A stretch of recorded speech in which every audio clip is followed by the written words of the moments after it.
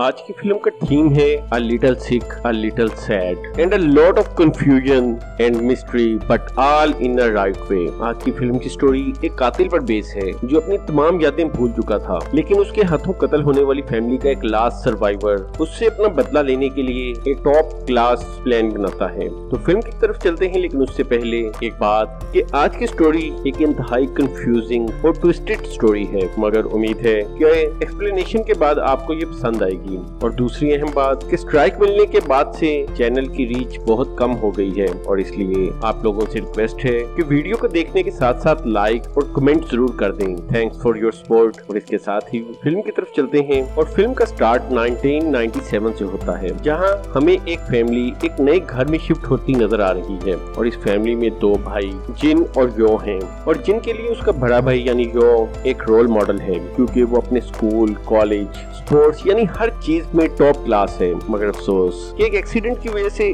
उसकी टांग फ्रैक्चर हो गई, और इसलिए अब वो लंगड़ा कर चलता है। मगर इसके बावजूद जिनके लिए तो वो अभी भी रोल मॉडल ही है। जिनको एंजाइटी की प्रॉब्लम है, इसलिए वो मेडिसिन का यूज करता है ताकि वो अपनी इस बीमारी पर काबू पा सके। और जब ये अपने नए घर पहुंचते हैं तो जिनको ऐसा लगता है जैसे उसने ये घर पहले भी देखा है, और इस घर में हर कमरे में इन्हें जाने की इजाजत थी, मगर एक कमरे में अभी तक पुराने मालिक का सामान पड़ा था, इसलिए ये इस रूम में नहीं जा सकते थे। और अभी इस घर में आए इन्हें एक ही दिन का टाइम हुआ था कि जिनको उस कमरे से कुछ आवाजें सुनाई देने लगती हैं। और जब वो उस रूम को ओपन करने जाता है तो जो उसे रोक देता है, लेकिन जो उसे ये कमरा खोलने से क्यों रोकना चाहता था ये हमें फिल्म के एंड में पता चलेगा। और इसके बाद जो और जिन घर के बाहर जाकर टाइम स्पेंड करते हैं, मगर वापस आते हुए कुछ लोग उसे किडनैप कर लेते हैं। और जिन अपने भाई को बचाने की पूरी कोशिश करता है, मगर वो लोग यो को ले जाते हैं। मगर जिन उस वैन के कलर और नंबर को याद करने में कामयाब हो जाता है,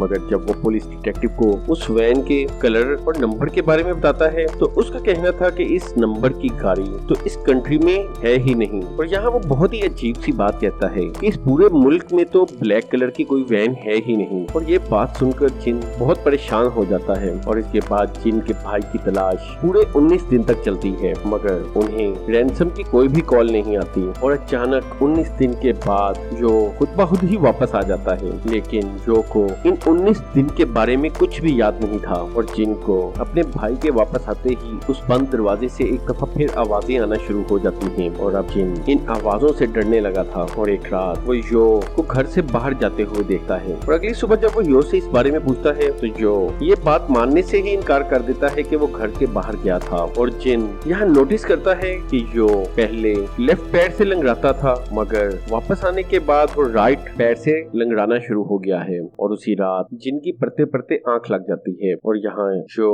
ये कंफर्म करने के लिए कि क्या वो सो गया है, एक पेंसिल का लेड उसकी आंख में घुसेड़ने की कोशिश करता है। और जब उसे यकीन हो जाता है कि जिन सो गया है तो वो घर से बाहर चला जाता है, मगर जिन जाग रहा था और अब वो बहुत ज्यादा सस्पिशियस हो गया था, इसलिए वो यो को फॉलो करता है। और उसका पीछा करते हुए वो एक जगह जाकर देखता है कि जो लोग इनके घर में डिटेक्टिव बनकर आए थे वही लोग यो को बॉस कहकर बुला रहे थे, और जो उनको डांट रहा था। यहाँ ये लोग जिन को देख लेते हैं, और इससे पहले कि जिन यहाँ से भागता यो उसे बेहोश कर देता है। और जब जिन की आंख खुलती है तो वो वापस अपने डेस्क पर बैठा पढ़ाई कर रहा था। और यहाँ ऐसा लगता है कि जैसे जिन ने कोई ख्वाब देखा है, लेकिन जागने के बाद जिन बहुत डर गया था, इसलिए वो अपने आप को वॉशरूम में लॉक कर लेता है। जबकि यो उसे समझाने की कोशिश करता है कि ऐसा कुछ भी नहीं है, लेकिन जिन एक लोहे की पाइप लेकर वॉशरूम से बाहर आता है ताकि वो अपने आप को डिफेंड कर सके, मगर जो उस पर आसानी से काबू पा लेता है। और वो चीखते हुए उसे कह रहा था कि ये सब उसकी एंजाइटी की वजह से है, क्योंकि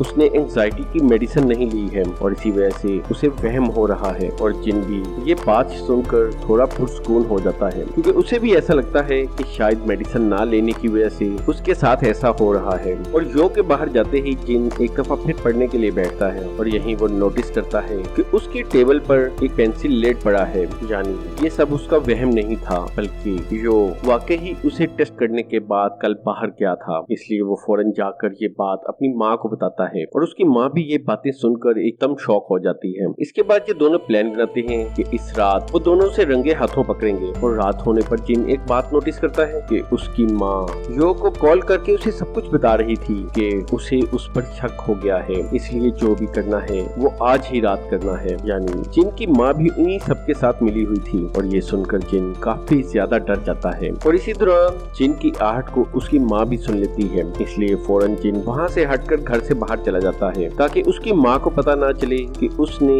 उसकी तमाम बातें सुन ली हैं। इसके बाद उसकी माँ जिन के कमरे में जाती है ताकि वो चेक कर सके कि क्या जिन अपने कमरे में है और इसीलिए जिन एक पाइप के रास्ते अपने कमरे में वापस जाने की कोशिश करता है और जब तक वो अपने कमरे में पहुंचता है वो पूरी तरह भीग चुका था। और जब वो औरत यानी जिन की माँ उसके कमरे में आती है तो वो जिन को बारिश में भीगा हुआ देखकर समझ जाती है कि उसने उसकी तमाम बातें सुन ली हैं। मगर इसके बावजूद वो ऐसा शो करती है कि जैसे उसने कुछ भी नोटिस नहीं किया और बाहर आते ही वो अपने तमाम मेंबर्स को फोन करती है कि उसका भांडा फूट गया और इसलिए वो फौरन ही सभी को वहाँ आने के लिए कहती है। दूसरी तरफ जिन भी अपनी जान बचाने के लिए उसी खिड़की से बाहर कूद जाता है और वो वहाँ से भागने की कोशिश करता है, लेकिन इस वक्त तक इस गैंग के सभी लोग वहाँ आ चुके थे और वो सभी जिन को पकड़ने के लिए उसके पीछे भागने लगते हैं। और जिन भागता हुआ अपनी जान बचाने के लिए एक पुलिस ऑफिसर से हेल्प मांगता है और इसके बाद वो उनके साथ पुलिस स्टेशन जाता है। लेकिन पुलिस स्टेशन पहुंचने के बाद जिनके साथ जो कुछ भी हुआ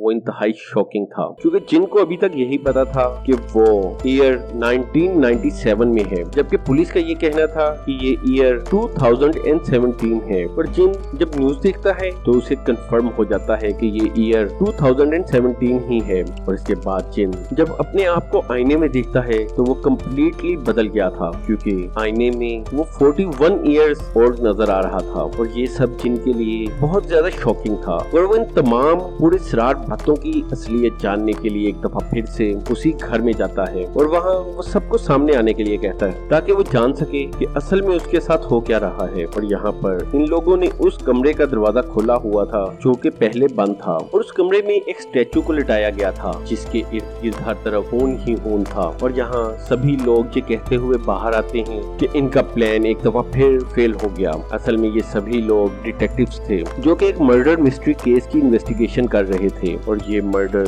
20 साल पहले हुए थे और 20 साल तक इन्हें इस केस की कोई भी लीड नहीं मिली। और एंड पे जब इन्हें ये क्रिमिनल मिलता है तो वो क्रिमिनल अपनी याददाश्त खो चुका था और ये क्रिमिनल असल में जिन ही है। और यहाँ इसकी याददाश्त को वापस लाने के लिए उसे हिप्नोटाइज करके 21 साल की स्टेट में ले जाया जाता है और ये सब इसके फैमिली मेंबर बनकर उसे उसी घर में ले जाते हैं ताकि ये उस मर्डर को रिकॉल कर सके और उसकी याददाश्त वापस आ सके। लेकिन इनका प्लान एक दफा फिर फेल हो गया था, क्योंकि जिस दिन भी ये उस मर्डर सीन को रिक्रिएट करने वाले थे उसी दिन इस डिटेक्टिव को अरेस्ट कर लिया जाता है, क्योंकि वो किसी क्रिमिनल केस में इन्वॉल्व था और उसे 19 दिन तक लॉकअप में रखा जाता है। और जब वो रिलीज होता है तो कुछ दिन तक बारिश नहीं होती, इसलिए बारिश ना होने की वजह से ये लोग उस सीन को क्रिएट नहीं कर पाते, क्योंकि बारिश ही इस सीन का की एलिमेंट है। और इतने दिन में इनके हिप्नोटिज्म का असर भी कम हो रहा था, जिसकी वजह से जिन को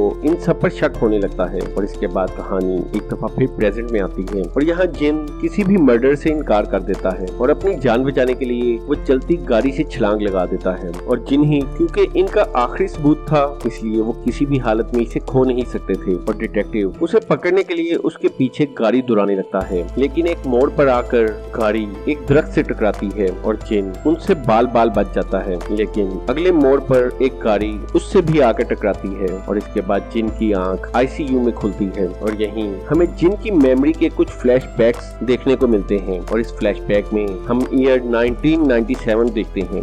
जिन को नेचर बहुत पसंद थी, इसलिए वो अपनी फैमिली के साथ एक जगह घूमने आया था, मगर वापसी पर एक एक्सीडेंट में उसके पेरेंट्स की मौत हो जाती है। और दूसरी तरफ जिन का भाई बहुत क्रिटिकल हालत में था, इसलिए डॉक्टर्स जिन को बताते हैं कि उसकी फौरन एक सर्जरी करना होगी वरना वो मर जाएगा। और इसके साथ ही हम न्यूज में देखते हैं कि इकोनॉमिक डिप्रेशन चल रही है, यानी बहुत से लोग बेरोजगार हो रहे हैं। और यहाँ जिन अपने भाई को बचाने के लिए हर आदमी से मदद मांगता है, मगर कोई भी जिन की मदद के लिए तैयार नहीं था। और एक दिन एक आदमी उसे ऑनलाइन मैसेज करता है कि वो जिन को पैसे दे सकता है, मगर अगर उसे ये पैसे चाहिए तो इसके बदले उसे किसी को मारना होगा। और वो आदमी जिन को फोन पर ही बताता है कि उसे एक एड्रेस पर जाकर एक लेडी को मारना होगा। इसके बाद वो पर्सन उसे तमाम इंस्ट्रक्शंस देता है कि घर की कीज कहाँ पर हैं और वो कैसे उस घर में दाखिल होगा। और इसके साथ साथ वो उसे उस लेडी को मारने का तरीका भी बताता है। लेकिन सबसे जरूरी बात यह है कि जिन किसी भी सूरत बच्चों को हाथ नहीं लगाएगा। और आखिरकार मजबूरी के आलम में जिन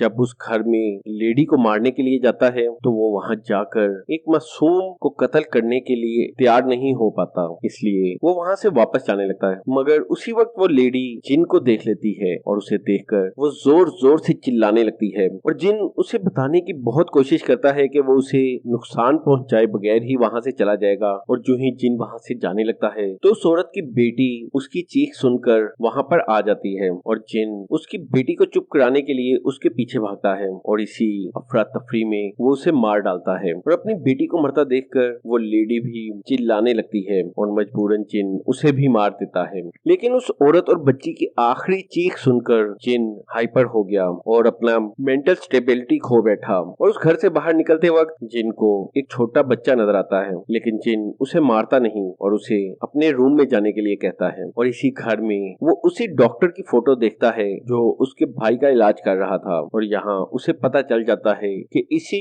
डॉक्टर ने अपनी वाइफ को मरवाने के लिए उसे कॉल की थी। इसलिए अब जिन जब उससे पूछने जाता है कि उसने ऐसा क्यों किया तो उस डॉक्टर का कहना था कि वो अपने बच्चों को अच्छी जिंदगी देना चाहता था, क्योंकि इकोनॉमिक डिप्रेशन की वजह से डॉक्टर की फैमिली पर भी बुरा वक्त चल रहा था और डॉक्टर अपनी वाइफ को मरवाकर उसकी इंश्योरेंस के पैसे हासिल करना चाहता था। लेकिन यहाँ तो जिन ने उसकी बीवी के साथ साथ उसकी बेटी को भी मार दिया था और अपनी बेटी की मौत का बदला लेने के लिए डॉक्टर उसे मारने की कोशिश करता है। लेकिन इस कोशिश में वो खुद छत से नीचे गिर जाता है और अब डॉक्टर के मरना जिन के लिए लास्ट स्ट्रॉ साबित होता है। और अपनी मेंटल स्टेबिलिटी खो देने की वजह से जिन अपनी तमाम मेमोरीज खो देता है। और इसके बाद कहानी एक दफा फिर प्रेजेंट में आती है और हम देखते हैं कि डिटेक्टिव जिन को मारने के लिए हॉस्पिटल आया है, क्योंकि ये डिटेक्टिव ही वो बच्चा है जिसे जिन ने उस दिन छोड़ दिया था, यानी डॉक्टर का बेटा। और अब ये जिन से जानना चाहता था कि उसने उसकी फैमिली को क्यों मारा। लेकिन जिन क्योंकि उसे कुछ भी नहीं बता रहा था, इसलिए वो उसकी ड्रिप में पॉइजन इंजेक्ट करने लगता है। और इसी वक्त जिन को सब कुछ याद आ जाता है और वो